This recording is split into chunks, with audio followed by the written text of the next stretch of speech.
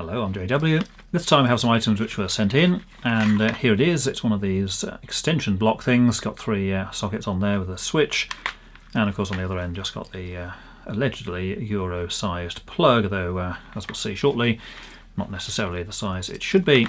So let's have a closer look, see what's actually wrong with these. Now, so these were sent in, and got the letter here that came with them, and apparently these were purchased for €1 at a market in Greece, although the packaging was actually in Russian for some reason. Now, we don't have the packaging here, but we do have a picture of the packaging there, and as it says at the top there, there's a whole pile of problems with these things. So no earth continuity, connectors are rather poor, and the flex is that sort of horrible rubbery soft variety. Plug shape is incorrect, and there's also some damage to the flex before the thing was even taken out of the packaging. Now at the bottom here it claims that it can actually deal with 2500 watts, 10 to 16 amps, and this is basically from the packaging there.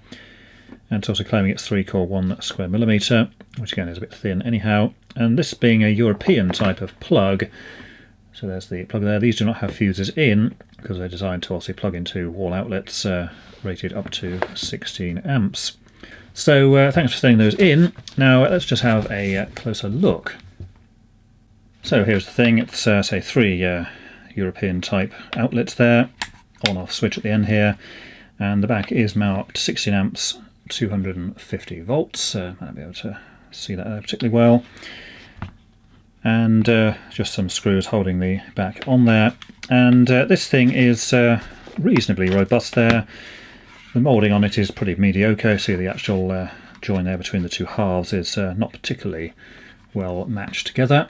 And at the end here there's not really any kind of strain relief either. It's just basically a hole that the flex fairly loosely goes through, so certainly not ideal there. And the other flex is that weird style which is extremely flexible and bends rather too easily, and basically sort of crinkles and creases up when it's just sort of bent like that.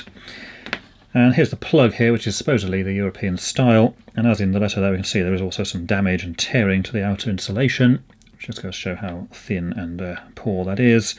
And we can see inside we've got black and white wires, which certainly is not a European standard. Bearing in mind this was bought in the Europe there in Greece, so you would expect to see the brown, blue and the green and yellow, but certainly black and white we've got in there. Now let's see if there's any kind of continuity on the various conductors first of all. So got the meter here, so this will beep when there's any kind of continuity. So the earth should be this piece here, and that should be connected to these in this socket, but as we can see there's nothing there, so there's a big fail straight away. And again this piece here should also be connected to those, so if we place it on there that should connect here, which it does, but again there's no connection to any of the sockets whatsoever, so that's already a fail. Now we should find that the two pins do connect through, so just switch that on and see what actually gives there. So connected there, and hopefully not to the other one, and if the switch is off we should not. So at least that's connected there, and then if we try the other one again we should also find it's connected to the other one, which it is. So it's just a single pole switch. So at best we've got two wires here just going to the various outlets. No earth connection whatsoever. Of course that's no good straight away because these are 3 contact plugs there. The earth either being a pin in the actual socket which goes in the hole, or in the case of these it's just a clip which goes on the 2 metallic parts on either side. Now let's have a look at this plug. Now we've actually been sent with this a other lead here which is the correct size and also is 1mm flex, unlike this thing which claims to be, this actually is. So what we do is just compare the sizes of these. So this is obviously the nasty busted one, and put the other correct size one next to it. So there's a considerable size difference there. Obviously the one here being rather smaller in most dimensions there. And if we put the flexes together, again this is actually 3-core 1 square millimetre flex, and if we put the two together, see that the other one here is again considerably thinner. Of course it's not 1 square millimetre, and as you saw earlier it's only got 2 cores in anyway with a plastic filler. And again it's, I can't really see on the camera, but it's horribly flexible and nasty.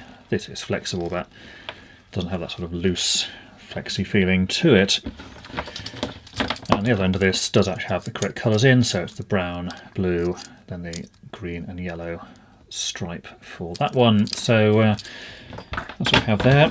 Now in terms of the actual size of this, we can just do a quick check on these. So if I say go across the two outer flats there, so the correct plug is sort of 36.6 there. This is a fairly soft material, so there is some sort of compliance in these things, but 36.6 say.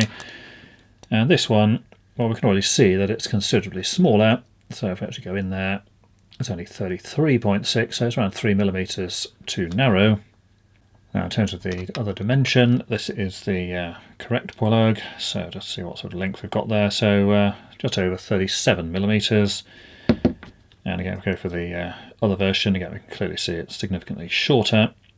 So again, that's only around 35, so it's at least 2mm short in that dimension as well. Just a quick check on the pins. Pins on the Duff one are sort of 23.3, and on the better one 23.6, so we're very close on those. And pin diameter on the better one in the region of sort of 4.7 or so there. Duff pins are 4.5, so the whole of the thing really is basically undersized, and although it will probably fit into the outlets, it's not going to make a very good connection. It's certainly not going to be staying in there with its own power, very easily just to pull out. Now let's just check the resistance of this lead, and it's probably not going to be copper, it's probably that aluminium with copper plating or something. And unfortunately the wire here is actually busted off from the terminal because it was literally just a tiny blob of solder just tacking it on there. So I'll have to measure between the actual conductor there and the thing itself, but in any case we'll get some sort of a reading there. So let's just change the range to something slightly more appropriate. So as we can see there, the resistance is a massive 1.8 ohms, and yes, that's ohms, not milliohms, so absolutely gigantic. And that's just one of the 1.5 meter wires there. Let's just check the other one. That will be going over to the metallic contacts in there.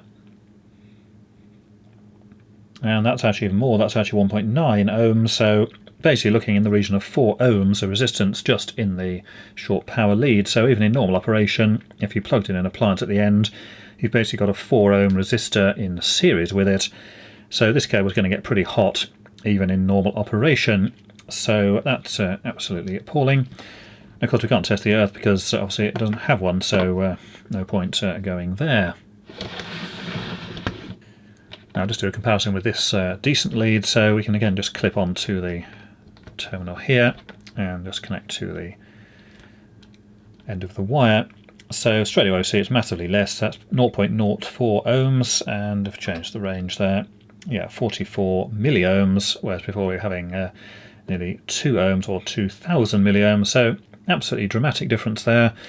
And of course that's because this is made of copper and actually has the correct size of conductor. Just do a quick check on the other conductor, probably going to be about the same. And again there, seeing the 46 milliohms kind of range there, pretty much as expected. And this of course does have the actual third earth connector, which is what we would actually want.